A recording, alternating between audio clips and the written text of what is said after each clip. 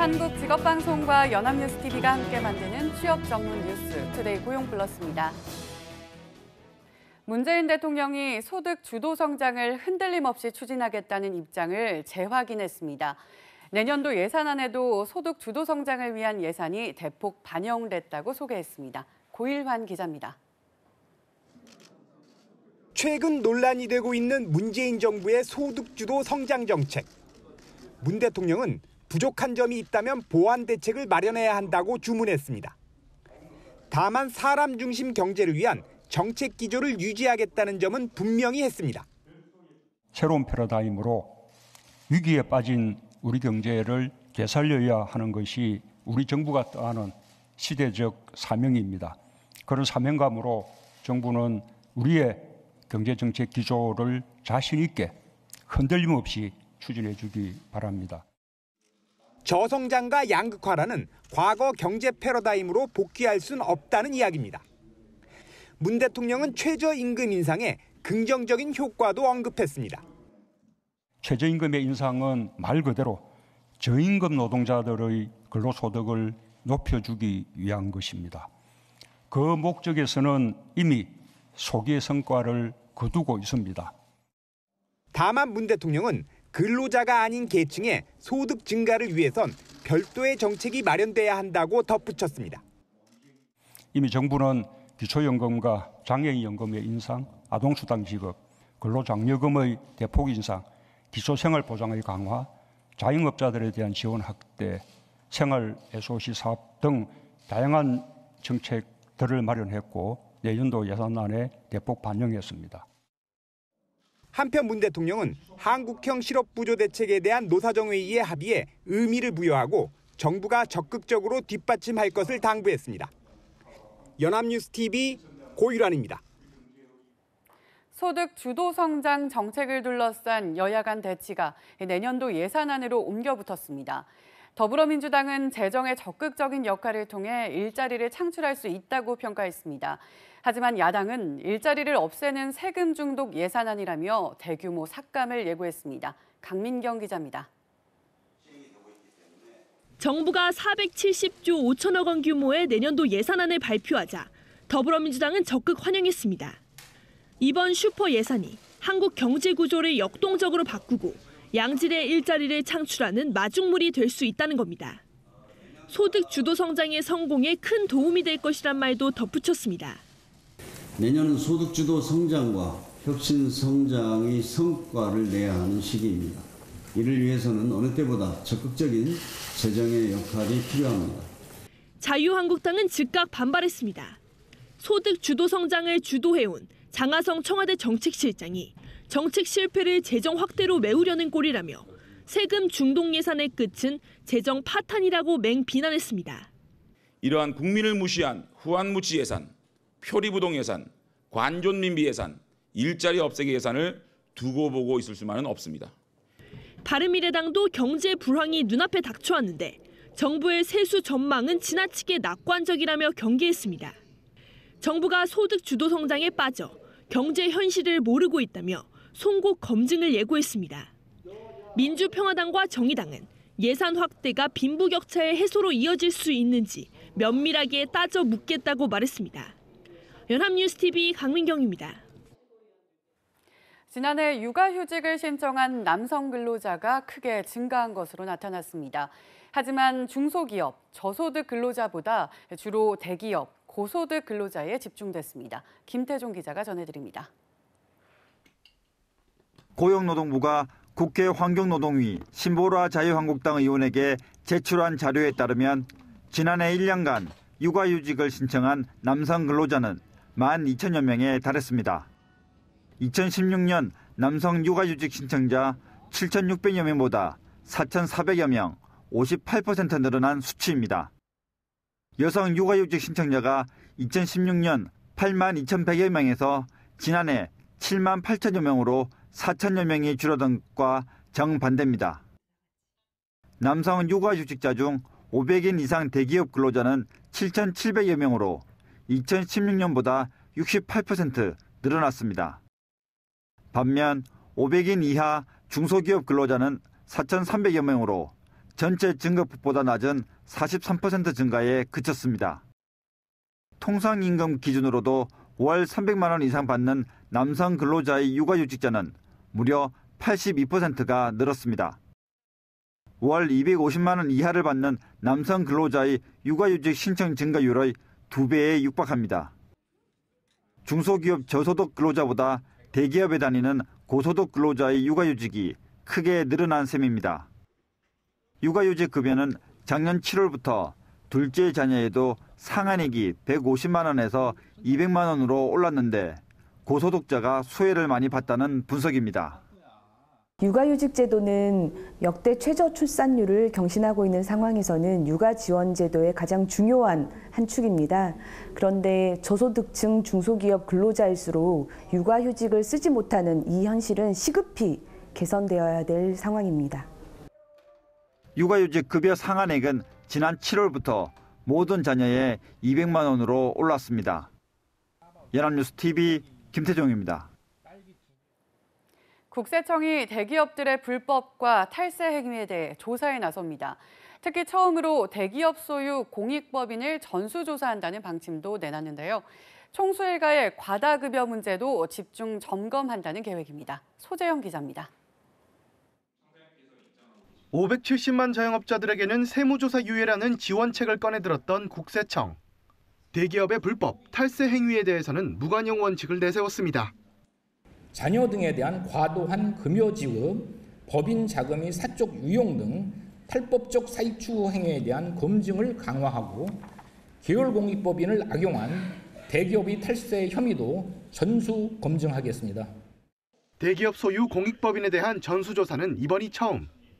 이번 조사는 지난해 하반기부터 각 지방국세청별로 꾸려진 전담팀이 맡게 되는데 올해 말까지 모든 대기업 계열 공익법인에 대한 조사를 진행합니다. 특히 대기업들의 재산 출현과 주식 초과 보유 상황은 물론 자금의 흐름과 법인이 고유 목적 사업 준비금을 제대로 사용했는지 여부 등을 엄밀히 조사할 계획입니다. 대기업 총수 일가의 과다급여 문제도 점검합니다. 최근 조현민 전 대한항공 정무의 상반기 급여가 17억 원, 퇴직금도 13억 원에 달하는 것으로 밝혀져 논란이 된 바 있습니다. 재벌 총수 일가가 자식이나 가족들의 과다한 급여를 지급하는 등 회사 지배권을 남용하는 것이 아닌지 따져 살피겠다는 겁니다. 또 미성년자나 다주택자 등 주택 취득자금 흐름을 조사하는 등 부유층의 꼼수 탈세를 막기 위한 조사도 벌일 예정입니다. 연합뉴스TV 소재영입니다. 정부가 투기 지역 확대를 시작으로 집값 잡기 2라운드에 돌입했습니다. 국토교통부 대책에 이어 금융당국도 전세자금 대출을 받아 집을 사는 꼼수를 차단하는 등 수요 측면의 부동산 대책을 마련해 곧 발표할 방침입니다. 한지희 기자입니다. 정부가 투기 지역과 과열지구 확대를 담은 827 부동산 대책을 내놨지만 시장 반응은 시큰둥한 상황입니다. 그동안 규제를 내놓았던 지역들이 오히려 더 올랐던 학습 효과 때문입니다. 정부는 이에 따라 조만간 금융과 세제 등 수요 측면의 대책도 마련하기로 했습니다. 최근에 일부 서울 지역, 특히 강북 쪽을 포함해서 불안정 요소가 있어서 수요 측면의 대책도 해당되는 부처에서 지금 준비를 하고 있기 때문에 아마 조만간에 여러 가지 안정화를 위한 대책들이 나올 것으로. 금융당국은 우선 임대사업자 대출과 전세대출에 대한 집중 점검에 착수했습니다. 주택담보대출이 아닌 대출을 받아 규제를 피해 집을 사려는 시도를 차단하겠다는 겁니다. 금융감독원은 주요 시중은행 현장 점검에 나서 주택담보대출 비율과 총부채 상환 비율 규제 준수 여부를 점검합니다. 투기 지역에서의 임대사업자 대출 비중이 과도한 금융회사는 즉각 현장 조사에 착수할 예정입니다. 금융당국은 전세 보증 요건을 중심으로 전세자금 대출 기준을 강화할 방침입니다. 또 총부채 원리금 상환 비율 DSR과 정책 모기지 이용 요건 등 규제도 손을 보기로 했습니다. 금융당국은 최근 주택시장의 비이성적 과열이 단기간에 진정될 수 있도록 범정부적 정책 영역을 집중시켜 나가고 조속한 시일 내에 후속 조치를 발표할 계획입니다. 정부는 부동산 투기 억제에 나서는 과정에서 실수요자 피해가 없도록 노력하겠다고 밝혔습니다. 연합뉴스TV 한지희입니다. 정부가 서울의 집값을 잡기 위해 향후 5년간 수도권에 36만 호 분량의 주택 보급을 하겠다고 밝혔죠. 하지만 실효성이 있을 것이라고 보는 시각은 많지 않습니다. 수급 불균형이 심각하기 때문인데 서울의 공급을 늘려야 한다는 목소리가 커지고 있습니다. 배삼진 기자입니다. 2022년까지 서울에서 멸실되는 주택은 27만 7천 가구. 정부가 향후 5년간 35만 8천 가구를 공급하기로 한 것을 감안하면 실제 주택수는 멸실주택과의 차이인 8만 1천 가구가 많아지는 것처럼 보입니다. 하지만 신혼부부와 청년층 등 취약계층에 대한 주거 지원이 대부분을 차지합니다. 서울에서 올해만 2만 4천 가구의 입주 물량이 쏟아졌지만 실제 멸실분을 빼면 순공급량은 늘지 않았습니다. 정부가 수도권에 30만 호 추가 공급 대책을 밝힌 것도 실제로는 2022년 이후에나 실현됩니다. 각종 규제로 서울 선호 현상이 뚜렷해진 상황에서 이번 대책으로 집값을 잡는 것은 역부족일 것이란 얘기입니다. 다주택자에 대한 규제 정책으로 업무 시설이 집중된 서울의 똘똘한 한 채에 대한 신축 선호 현상이 심화되고 있습니다. 실제 지난해 서울 아파트 순증 물량은 2만 1,400여 가구, 연평균 4, 5만 가구에 달했던 이전과 비교하면 절반 수준에 불과합니다.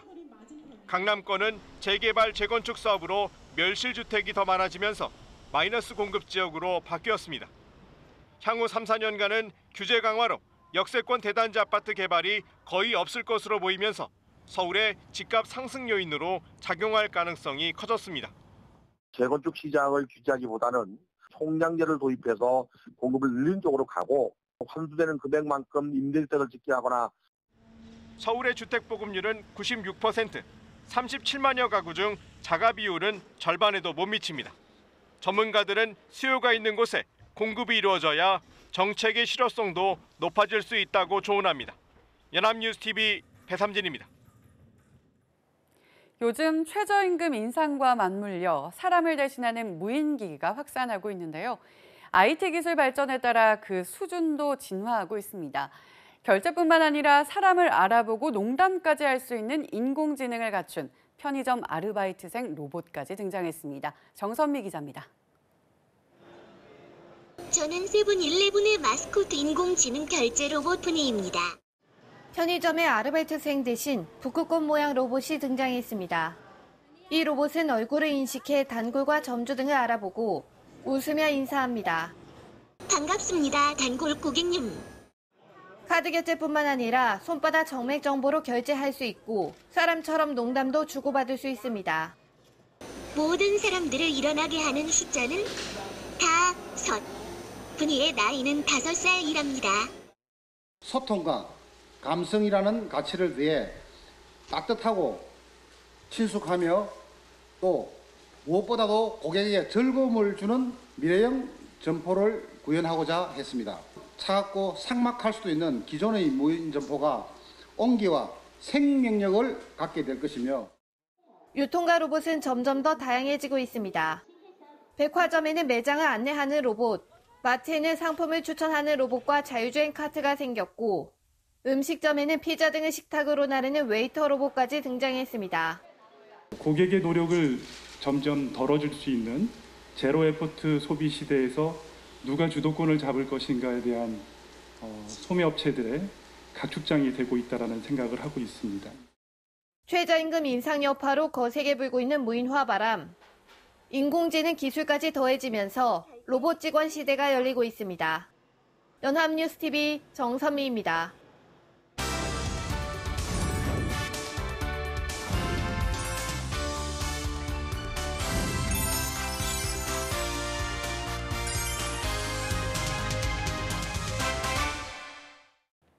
사회적으로 핫한 이슈를 키워드로 알아보는 핫 키워드 시간입니다. 오늘은 특별히 신세미 캐스터와 함께합니다. 안녕하세요. 안녕하세요.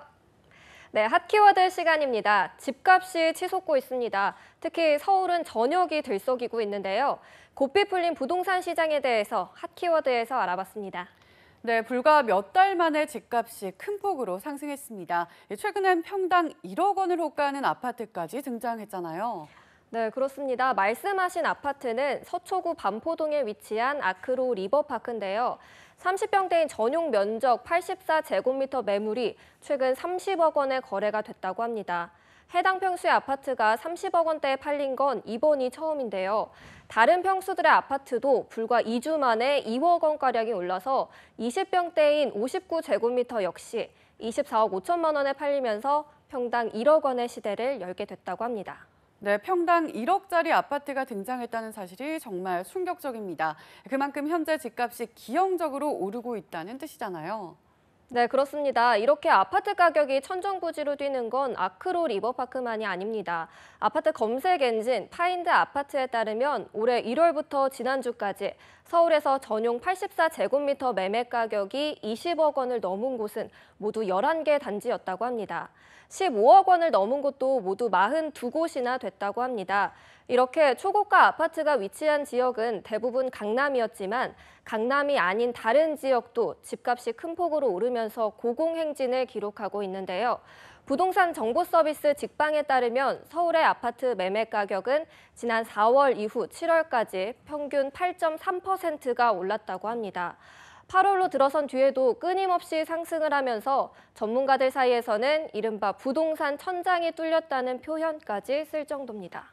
네, 이렇게까지 오르고 있다면 부동산 천장이 뚫렸다는 게 결코 틀린 말은 아닌 것 같은데요. 그런데 한동안 침체기였던 부동산 시장이 이렇게 갑자기 큰 폭으로 상승하기 시작한 원인, 뭘까요?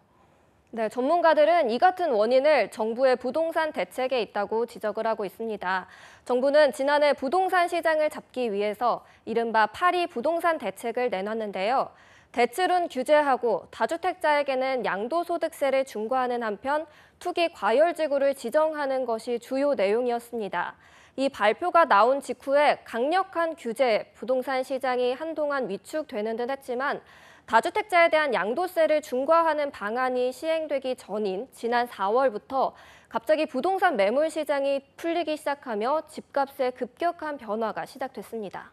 네, 그런데 다주택자를 견제해서 이 부동산 시장에 매물이 많이 나오게 한 뒤 집값을 잡는 것이 부동산 정책의 핵심이었던 것 같은데 오히려 집값이 올랐다는 점이 잘 이해가 되지 않습니다. 네, 이론적으로는 그렇습니다만 문제는 다주택자들이 내놓은 물건들이 주로 수도권이나 지방에 있는 집들이라는 겁니다. 다주택자에 대한 규제가 강화되면서 대신 똘똘한 한 채를 선호하는 현상이 커진 건데요. 박하윤 아나운서가 다주택자라면은 어떤 집을 남겨두실 것 같나요? 네, 주식으로 따지면 우량주가 되겠죠. 가격이 더 높더라도 안정적이고 또 향후에도 꾸준히 상승할 수 있는 그래서 서울 또 그중에서도 강남 집값이 가장 큰 폭으로 상승한 것이군요. 네, 부동산 투자자들 사이에서는 서울은 일자리와 인구가 밀집된 탓에 전국의 부동산 중에서도 가장 안정적인 투자처로 꼽히는데요. 그중에서도 파락군이면서 인프라가 밀집된 서울, 강남 같은 전통적인 인기 지역이 새 아파트까지 세워지면서 투자 수요가 급격히 몰리게 된 겁니다. 이로 인해서 서울 아파트만을 가지고 있으려는 사람들과 또 서울 아파트만을 사려는 사람들로 인해서 수요와 공급의 불균형 현상이 가중되며 기형적으로 집값이 상승하는 계기가 됐습니다. 이른바 규제의 역설이 된 겁니다. 네, 게다가 최근엔 주식이나 채권의 수익률이 저조해지며 부동산에 대한 관심이 다시 급증하고 있잖아요. 이러한 원인도 한몫을 한 것 같습니다. 네, 그렇습니다. 뿐만이 아니고요. 지난달엔 서울시가 여의도와 용산을 집중적으로 투자할 것이라는 계획까지 내놓으면서 일대 주택 시장이 들썩였습니다. 지난주 뒤늦게 계획을 보류했지만 오름세는 여전한 상황입니다. 이에 국토부는 부동산 과열이 지속될 경우 투기 지역 등을 추가로 지정하고 이와 함께 서울시, 한국감정원과 합동으로 시장 점검단을 구성을 해서 불법 청약, 전매, 거래 행위 등에 대한 단속에 나서기로 했습니다. 하지만 규제에도 불구하고 집값이 상승이 이어지자 일부 투자자들 사이에서는 이미 버티기 작전에 돌입을 하면서 당분간 부동산 시장을 잡기에는 많은 난항이 따를 것으로 예상됩니다. 네, 부동산 시장이 과열되고 있습니다. 그런데 일부 지역만 그렇습니다. 문제는 이러한 지역 쏠림 현상이 지속되면 지역 그리고 계층 간의 불균형이 초래되고 또 사회적 갈등까지 야기할 수 있다는 겁니다. 정부가 바뀔 때마다 부동산 시장을 잡기 위해 전력 투구를 다하지만 한쪽에선 매번 기형적인 오름세가 발생하는 현상이 되풀이되고 있습니다. 정답은 뭘까요? 빠른 시일 내에 찾아지길 바라겠습니다. 지금까지 핫키워드 신세미 캐스터였습니다. 고맙습니다. 지금까지 투데이 고용플러스였습니다. 오늘 저희가 준비한 내용은 여기까지입니다. 함께해 주신 여러분 고맙습니다.